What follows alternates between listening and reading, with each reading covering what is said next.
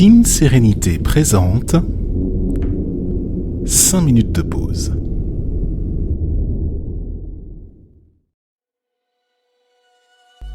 Installe-toi confortablement sur une chaise, un coussin de méditation et prépare-toi à recevoir un enseignement puissant sur la façon de ne plus être dépendant affectif. Cette manière est longue et il va falloir observer plusieurs épisodes de 5 minutes de pause pour pouvoir répondre de manière efficace et précise sur cette dépendance dont tu peux faire l'objet à cet instant. Accueille cette guidance avec la grille de lecture sereine que nous avons l'habitude d'observer. Représente ta vie comme s'il s'agissait d'une table de salon avec 4 pieds bien égalisés de manière à ce qu'elle ne soit pas bancale. Ces pieds, imagine que ce sont des piliers qui soutiennent ta table. L'un d'entre eux représente ton état de santé. Un deuxième représente ton activité professionnelle ou associative, citoyenne, culturelle ou autre. Une troisième représente ta spiritualité, ta philosophie personnelle, ton état d'esprit, tes valeurs et tes croyances. Et la quatrième est celle des relations, c'est-à-dire la façon dont un individu gère globalement son rapport avec autrui. C'est sur ce dernier pilier que nous allons nous attarder. Prends une respiration profonde à nouveau par le nez, en gonflant le ventre, et expire lentement par la bouche en le dégonflant. Dans ce pilier des relations, il y a plusieurs sous-parties qui peuvent avoir un impact sur l'état de dépendance que tu peux avoir vis-à-vis d'autrui. Il y a la relation intime, celle que tu cultives avec l'élu de ton cœur. C'est souvent là, à l'âge adulte, que la dépendance affective peut se manifester, suivant que l'on soit un homme ou une femme à différents stades de son parcours de vie. Il y a les relations familiales ascendantes, celles que tu entretiens avec tes parents, tes grands-parents, oncles, tantes et autres aïeux qui te précèdent sur le plan générationnel.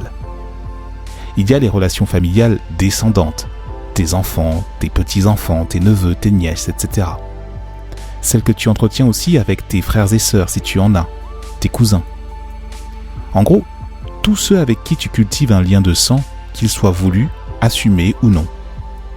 Il y a aussi ce qu'on appelle les relations de cœur, ce que tu entretiens avec des personnes qui ne sont pas nécessairement de ta famille, mais avec qui tu éprouves un lien émotionnel fort, au point que s'ils devaient se rompre, tu serais émotionnellement impacté par cela dans ton vécu. Puis tu as ce qu'on appelle en grille de lecture sereine les relations conviviales. Ce sont les amis, les proches, les collègues, les personnes connues dans ton vécu de plus ou moins longue date avec qui tu vas entretenir des rapports cordiaux, festifs, agréables, ou alors plus neutres, voire plus distanciés. Et enfin, ce qu'on appelle des relations de mentor ou des modèles. Il n'est pas nécessaire que le mentor te connaisse.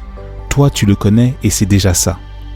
Cela peut être un artiste, un leader politique, un modèle professionnel ou dans les affaires, un professeur émérite, peu importe, à partir du moment où tu lui voues une énergie de l'ordre du modèle à suivre.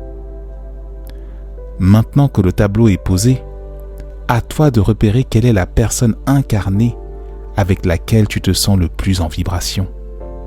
Rien que le fait d'envisager une séparation de corps avec cette personne t'est littéralement insupportable, inenvisageable, tellement tu tiens à cette personne. Un peu comme si on devait t'arracher un organe ou une jambe.